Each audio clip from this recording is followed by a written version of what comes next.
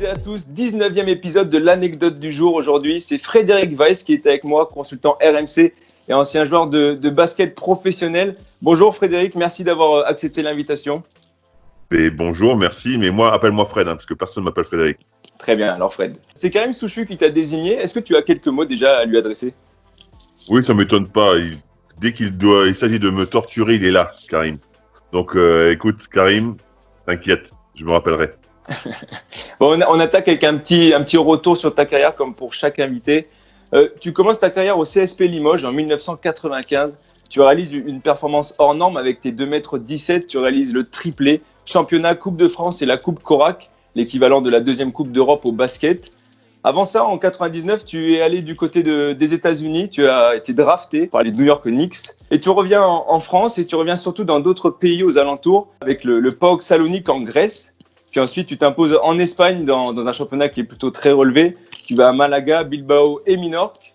Ensuite, tu fais aussi les belles pages de l'équipe de France, 100 sélections au total, avec une place de vice-champion olympique en 2000, avec une médaille de bronze en championnat d'Europe en 2005.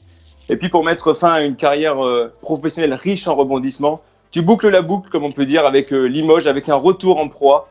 En 2011, Fred, tu as l'un des plus beaux palmarès du basket français. Maintenant que tu as rejoint la famille des consultants, comment tu pourrais analyser ta propre carrière? Souvent des problèmes à cause des blessures. Je pense que c'est lié un peu à ma taille. Comme d'habitude, on peut dire aurait pu mieux faire, mais je pense que compte tenu du contexte physique, c'est pas si mal. Tu réalises le triplé avec Limoges et des grands moments avec l'équipe de France. Comment on vit ces moments-là? Est-ce qu'on en profite pleinement sur le coup? Non, j'ai l'impression qu'on en profite un peu après, parce que sur le coup, justement, t'es tellement pris par ce qui se passe, le fait d'être concentré, etc., que la concentration, elle part pas d'un seul coup.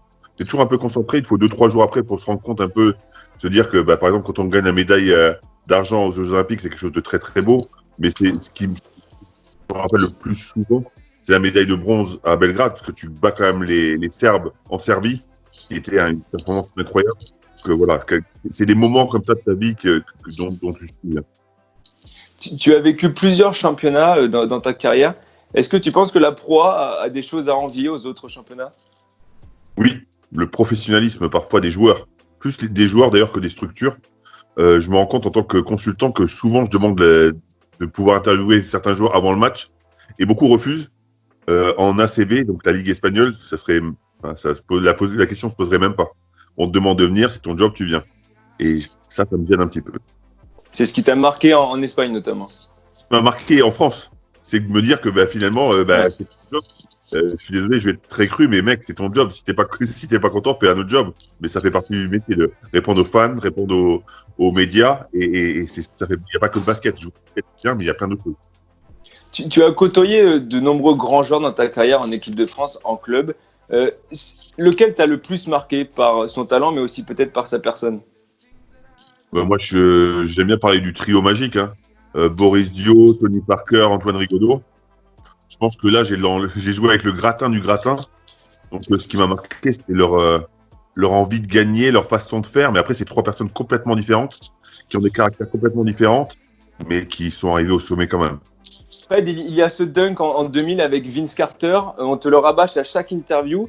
Est-ce que c'est pas un peu l'état d'esprit à la française qu'on retient tout le temps le moment désagréable et pas les belles années que tu as fait? Je sais que j'ai appris une phrase il y a longtemps déjà, mais je la comprenais pas très bien. Mais de plus en plus, je la comprends. Nul n'est prophète en son pays. En Espagne, je vais encore là-bas, les gens m'adorent encore. J'avais des clubs de supporters dans les équipes où je suis passé. Les gens étaient très contents de ma propre joueur.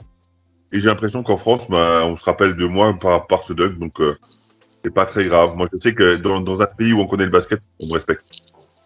Après, on voit que tu en ris beaucoup sur les réseaux sociaux, notamment. Tu voulais refaire ce dunk au NBA All-Star Game. Alors, j'en ris beaucoup parce que j'ai pas de choix, de toute façon. Soit je pleure tous les jours, soit j'en ris. Franchement, si les gens qui me connaissent sauront que je préfère en rire. C'est le moment de ton anecdote, Fred. Alors, on t'écoute. Alors, moi, j'ai une anecdote justement par rapport à ce dunk de Vince Carter. Je suis interviewé après la finale contre l'Australie et les Américains m'interviewent en disant vous avez fait un très grand match, vous avez battu Luc Longley, tout ça, mais on vous parle beaucoup du dunk. Et donc je commence à dire des insultes en anglais. It's a fucking bullshit, I don't understand these motherfuckers, tout ça. Et le mec d'un seul coup baisse le micro. Donc moi, je continue à parler et je le regarde, je dis, mais pourquoi vous baissez le micro? En fait, on n'a pas le droit de dire des insultes aux États-Unis dans le journal. Donc, j'ai été obligé de recommencer la prise en version beaucoup plus édulcorée et ça m'a vraiment marqué parce que je me dis, vraiment, c'est une différence entre nos médias français où, franchement, motherfucker, c'est putain, quoi. Et nous, on pourrait le dire. Et là-bas, bah, c'était hyper choquant. On n'avait pas le droit de dire ça. Le mec était déprimé. Donc voilà, c'était un peu mon anecdote. Moi, ça m'a fait beaucoup rire. Et quand je l'ai raconté, quand je suis revenu au vestiaire, ça a fait rire tout le monde. Parce qu'en plus, moi, je suis le genre de mec qui parle pas, qui dit pas de grosses insultes. Et donc, c'était marrant que moi, qui suis plutôt poli et éduqué, bah, je me sois fait reprendre par quelqu'un. Très bien. C'est à ton tour maintenant de désigner le prochain invité. Alors, qui est le grand élu? Alors, j'ai beaucoup réfléchi. Hein. Je pensais à plein de gens, je connais plein de gens dans le basket. Et puis, je me suis dit, pourquoi rester dans le basket? Je connais une jeune dame, alors un peu moins jeune maintenant, mais jeune quand même. C'est Victoria Rava, qui joue au volleyball, et qui est une des meilleures joueuses de l'histoire du volleyball. Et je me dis qu'elle doit avoir beaucoup d'histoires à raconter. Donc, je compte sur elle pour pouvoir te faire rire. Eh bien, écoute, on espère l'avoir prochainement sur l'anecdote du jour. Merci Fred pour ce moment. Avant de te quitter, je voulais remercier toute l'équipe d'En Vrai pour m'avoir laissé l'opportunité de parler sur leurs médias de cette chaîne, de l'anecdote du jour. Fred, on te souhaite le meilleur dans ton après-carrière, en espérant que le basket revienne vite sur nos écrans en tout cas. Ouais, merci beaucoup et merci pour cette interview. C'était très marrant et l'idée est très bonne. Eh bien, merci beaucoup. À bientôt.